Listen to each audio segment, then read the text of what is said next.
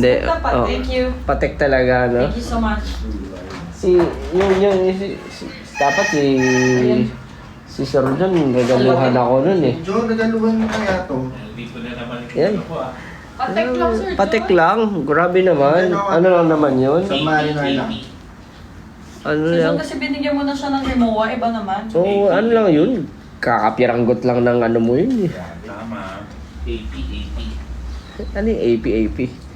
Ha? Anong AP? Ibig sabihin? Ano? Yung model ba yan? Ano ba yan? Model. Diyan o, tabi tayo. Higa ka. Kung ano naman, kung hindi naman ano, kung wag na yun. Ano na lang, Dodge, Challenger. Dutch challenge. Diba? Pwede na yun. Saktuhan lang. Yun talaga bagay sa akin, Challenger. O kaya C8 Corvette. Oh, Yes. Clark Cullen ka naman dyan. Clark Cullen. Corvette. Sir, ano masasabi mo sa love ni Josh? Okay ba? Ano? Parang ano, pang Netflix. Ginagaya kasi kita eh. Clark, Oo. Clark Cullen. Oo nga, no? Clark Cullen na. Superman, now what me you?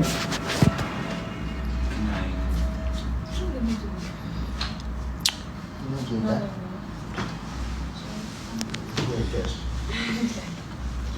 Most expensive gift that you received? Siyempre yung ano, yung wala mas expensive sa The gift of life. sa mga stories nyo at inspiration nyo. Hindi naman kailangan na magpataasan ng ano. Pero ako, super appreciative naman ako sa dami ng nare-receive ko. Sa totoo lang, di ko nga nasusuot lahat eh kasi medyo tamad ako mag-isip eh. Tamad ako mag-isip ng damit. Normally, tamad na rin ako mag-isip ng damit.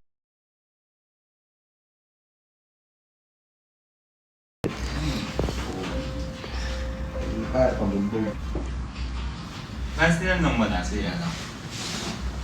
Si... Yung kay Ash. Oo. Nasa... Ang ganda ng kilay may piercing. Nasa? Nasa event, di ba? Ayaw nga Kay pala. Pablo.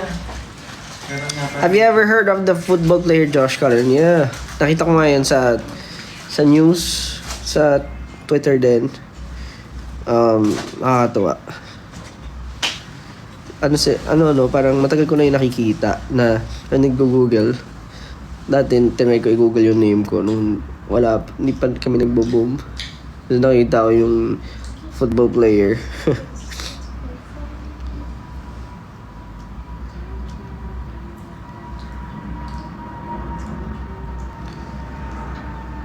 Where do you store your gifts? Ano naman, syempre. Nilalagay ko sa wardrobe. Depende ko nung gift.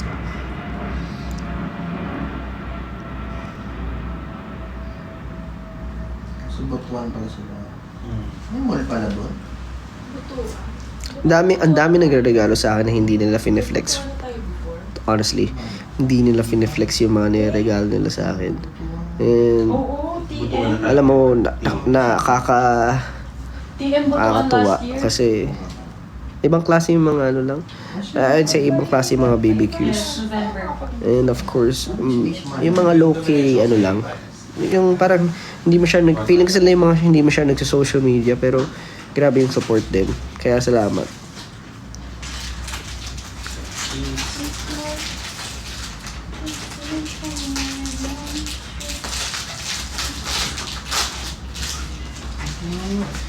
Para sa mga hindi masyadong nag-post sa social media na ano, alam nyo, sa totoo lang pwede nyo namang gawin. Don't worry. Pero maraming salamat sa lahat ng regalo nyo at maraming salamat sa lahat ng love na natatanggap ko. Thank you. Yun ang pinaka-importante. Yun lang. Sanggan. 400. Nag-iisip na ulit ako pala mag-vlog. Nag-shoot ako ng mga vlogs recently. Inisip ko ng buhayin yung ano ko, YouTube ulit. So, if you haven't subscribed to my YouTube channel, gawin nyo na. Abangan natin at marami. I'm very confident naman to say na marami ako may share na siguro like diskarte sa buhay, mga bagay na pwede kayong malaman about my life. Yun. So, i-ano ko na lang, i-update ko na lang kailan. And, oo nga pala, wag na kayo mag-subscribe dito sa TikTok. Subscription, please, wag nyo nang gawin. Kasi, pinapasarado ko na to. Doon kayo sa Facebook ko, mag-subscribe kung gusto nyo. Hindi ko nakita. Makanagawa. Nakapout. Oo, di ba nakapout siya? And I can't change that. That's biryani. Ay, nasa yung ano? Yan ba yan? Nag-request lang ako ng ice. Pero medyo malamig. Good it na at uga-uga ako lang. Gusto mo pa?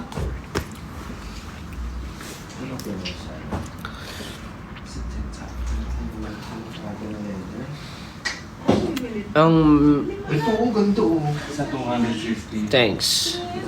Tapos, May tubig kaya malamig din. Nag-request ako ng ice.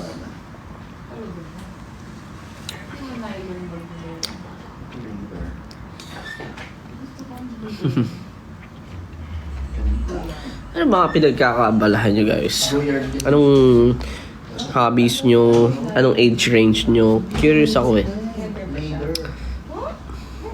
How are you? How are you all? Are you guys doing good? How about your mental health?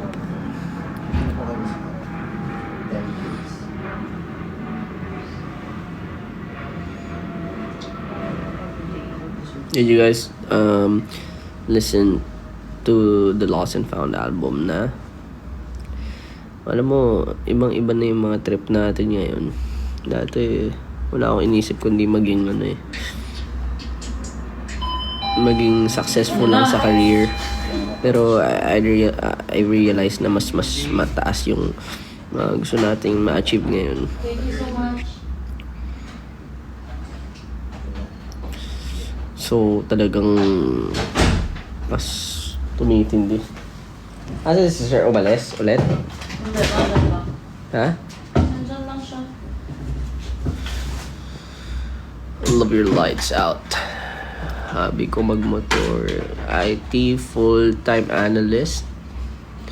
Wow. Iba-iba yung mga ano nila.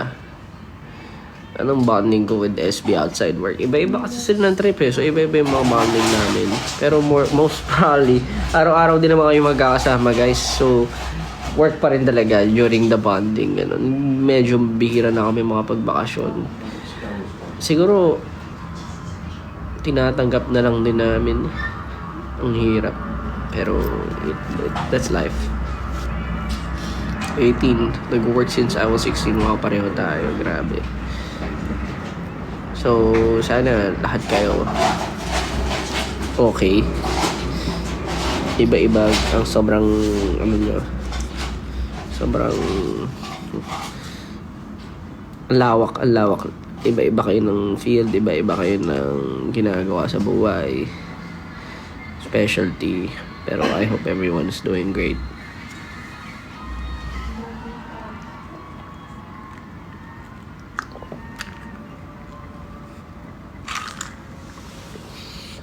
Yung teacher. Pakahirap maging teacher ngayon for sure. Sana mag-improve pa lahat ng paano kinokontrol yung lalo na especially for the teachers yung sistema.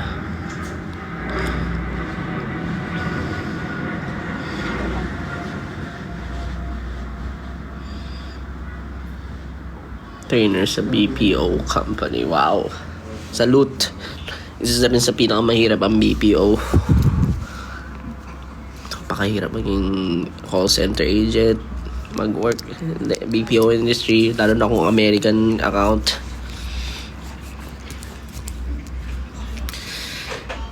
Ang gaganda ng songs for the Lost and Found. Thank you.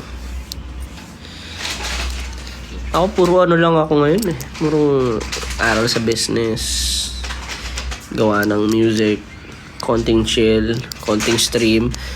Pero bala ko ibalik din yung iba kong regular streaming. Pero baka mas private streams na.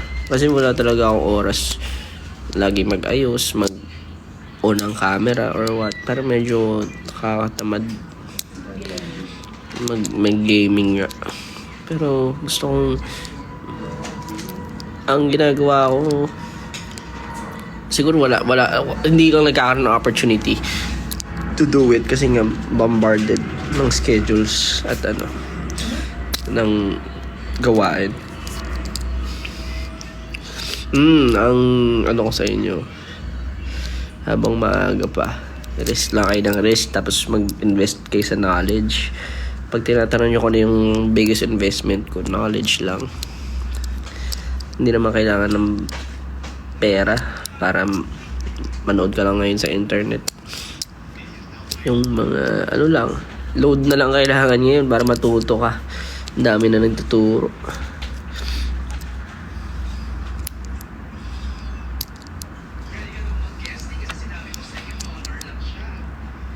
Future engineering, working student, system supervisor. Feeling ko that gumawa rin ako ng vlog about it, no? Yung parang mo yung career, yung paano mo i-determine. Connected sa lost and found yun eh. Hirap kaya pag may mid-20s, parang feeling mo ligaw kung tama ba yung ginagawa. Ang daming ganun eh, no?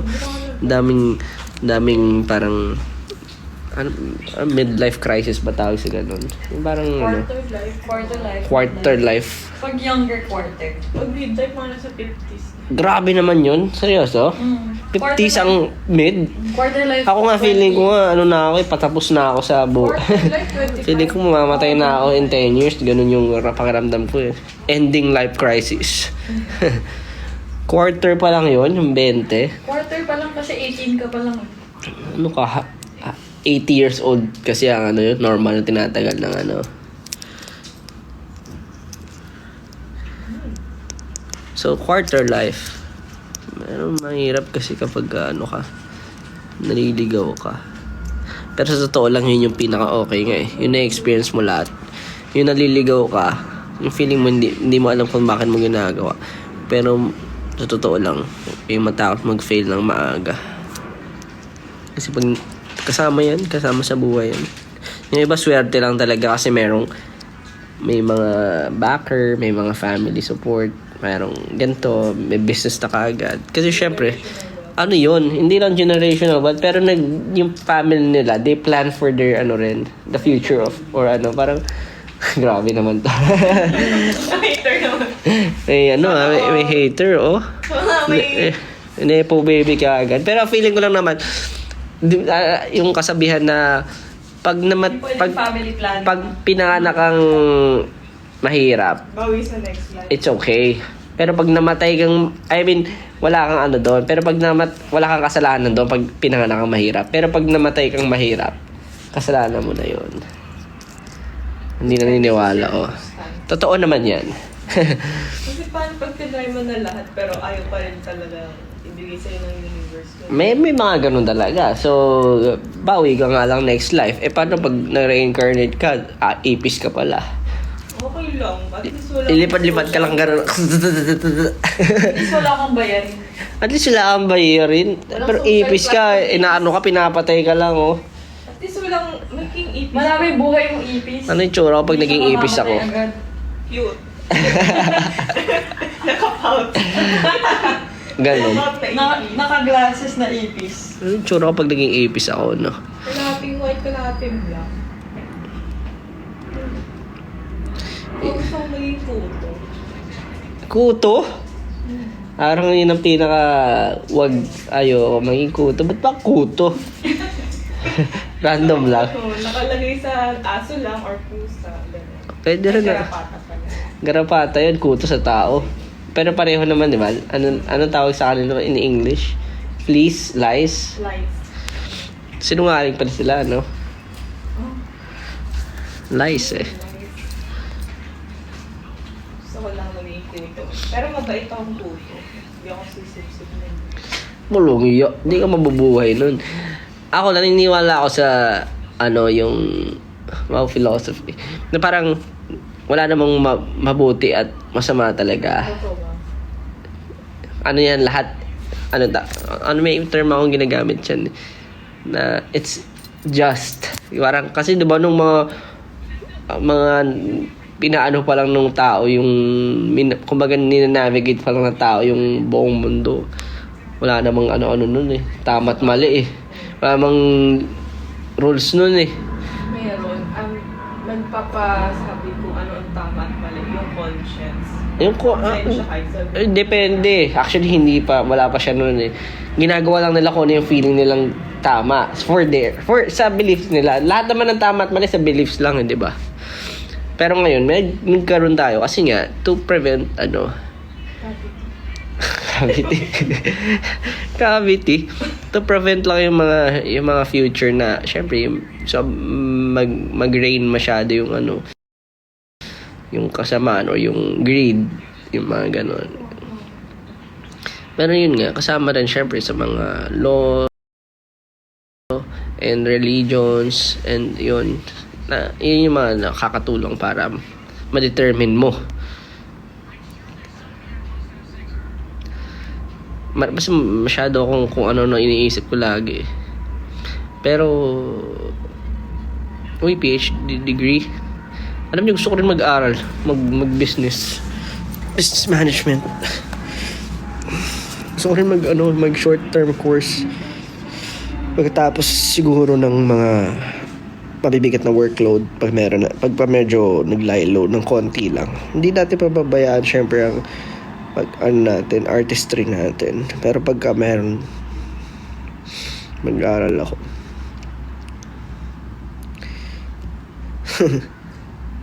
Ang pinaka-importante siguro sa buhay, kailangan nyo ng hobby. Hirap pag walang outlet. Tsaka huwag kayo magpapa-apekto sa mga problema. Lalo na pag sumasama ang loob nyo. Kayo din sumisira sa sarili nyo kapag meron kayong mga sama ng loob sa buhay tas iniipon nyo kasi sasabog kayo. Kaya yung mga trash talk pagka parang training, kapag na-injure mo na yung mga simpleng trash talk online sa mga video games at sa mga tao ganyan, tapos mamaya na sa'yo parang okay ka na kagad, di mo na siya iniisip. Training yun na binabato mo yung mga sama ng loob. Sinisibag in real life. Sino ba nagsabi sa'yo nun? Ako. Ikaw lang mismo. Tibag in real life. Nasakay mo na ba yun? Pag tinatrash to ka, itibag mo yung life. Yung Gawa kaya content sa ganun, no? Teabagging in real life. Tibag ko si Justin in real life.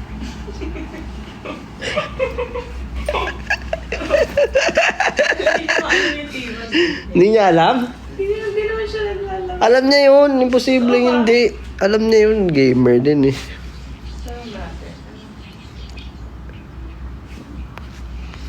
Hindi daw same lahat na heart. Totoo naman hindi kayo same lahat na heart. Hindi natin to choose the right words. Ibig ko sabihin doon, lang siya. Hindi talaga same lahat ng heart. Ibig ko sabihin, for yourself, hindi ka dapat nagto-trash talk. Pero if ikaw, kaya mo mag-endure ng mga trash talk sa'yo ng tao, at hindi, it doesn't get into you. Parang, mas magagamit mo siyang training. Kuwari, mag-BPO ka, maya, may mga kumakausap sa'yo, nagmumura ka, galit sa'yo. Oh, what the hell are you talking about? Are you stupid? May mga ganun kaya sa BPO, sa call center dati. Matitrain din yung mo eh. Na, okay, stay on your objectives. Kailangan, yung goal mo, makabenta o kaya ma-resolve yung customer support. Yun eh. Yung customer, support kasi, di ba? Hirap din na work yan. Oh, pero magpipigil ka. And I think it will lead to alam niyo daw yung tiba. greater siguro yung parang outcome. Alam mo yung mga tao na Sabi nga di ba? Kuwari yung isang tao, umulan. Dalawa lang yung outcome niyan. Parang yung isa iisipin, ay umulan, malas. Yung isa isipin, ay umulan, blessing. So, it will always depend kung ano yung, yung view mo, or in life, yung tingin mo. Kung positive yung tingin mo sa lahat, mataturn into positive mo rin yung mga bagay-bagay. Kumari, ano bang perfect example? Ako dati, hindi ako makasakay from Ortigas to May Bunga sa Pasig. Kasi ang hirap talaga sumakay dun. Ang iniisip ko na lang, lalakad ako 4 kilometers ata rin yun. Ang iniisip ko na lang, okay na, nakatipid ako ng jeep. Alam mo yun, pampalubag loob. May magsasabi na, ay, hindi ka dapat ganun mag-isip. Pero, in a way, nakakatulong siya for me. Sa akin lang. Na, okay na yun. Kaysa, parang, at least, ayun nga, nakapaglakad ako, nakapag-isip-isip ako, nakatipid ako. Kaysa mag-self-pity ako, kaysa kawaan ko yung sarili ko, ginagawa ko na lang light. Kasi nga, pag masyado ka nag-dwell with the negativity, kakainin ka. Yun lang yun. Correct, meron dito is like glass of water. Parang titignan mo kung ba siya kung half empty. Pag naglagay ka ng isang baso ng tubig, tas kalahati yung laman, ano ba siya, half empty or half full? 'Di ba?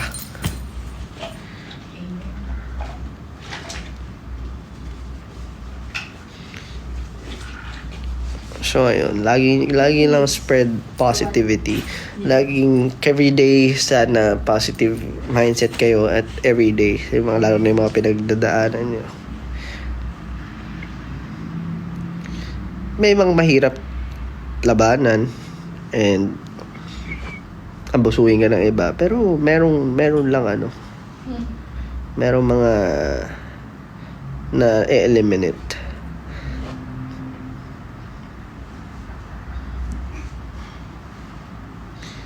Diba? Tignan mo, marami nga dito, syempre, in control, sabi.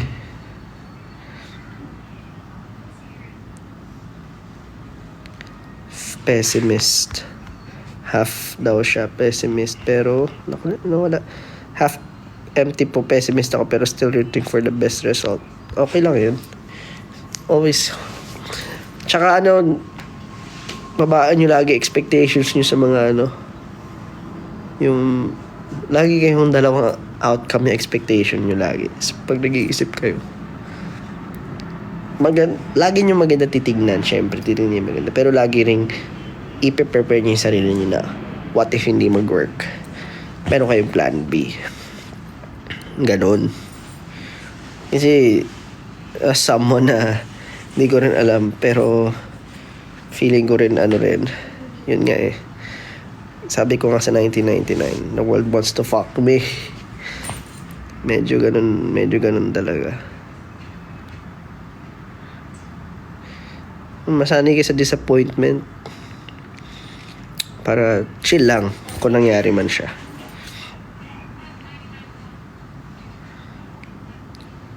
Kasi marami pa namang bagay na pwedeng pagtuunan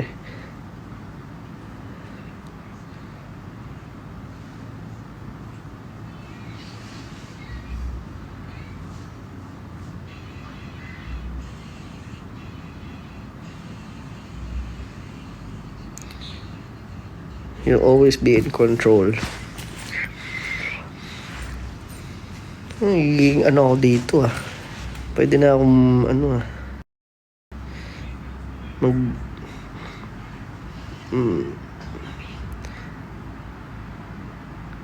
Ano ba gagawin na natin? Wala pa? 15 minutes. Sige. Paalam na guys, siguro. Hi Ashley lang Hi Ashley. Sige Ashley, hi. Pag napansin mo mag-aaral na ako, sige, sino ba to? Nag-chat na to. Josh, pag na... Oh, Maan. Hi, Maan. Mag-aral ka na. Mag-aral ka mabuti.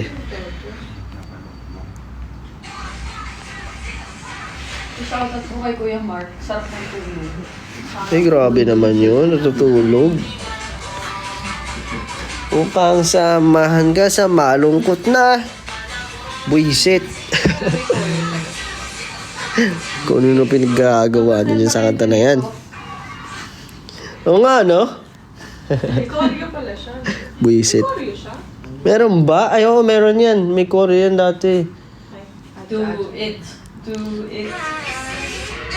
Wait, katapat niya yun dati. Di ba nakakaloko, no? Kala mo hindi namin... Parang... Best-selling song nila yung top 1.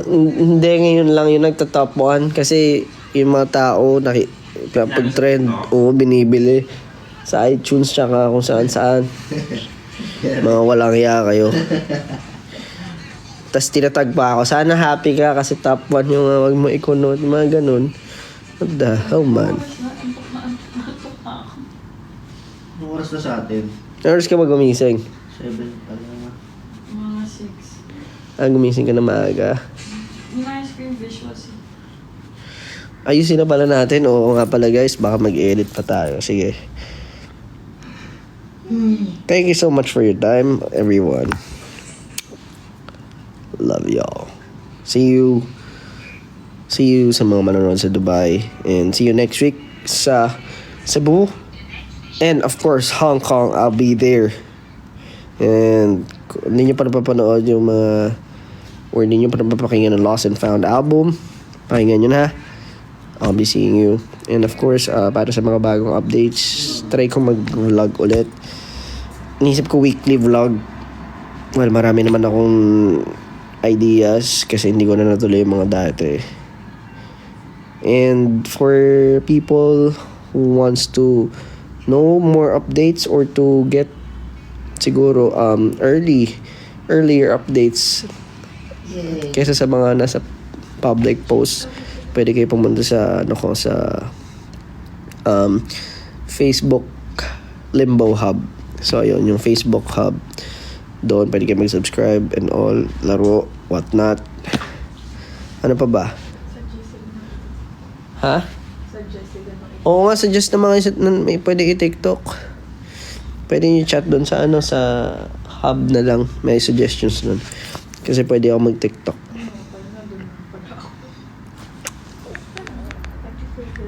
Thank you. Bye-bye. So, waiting list? Ba't ganun? Hello. Suggestions.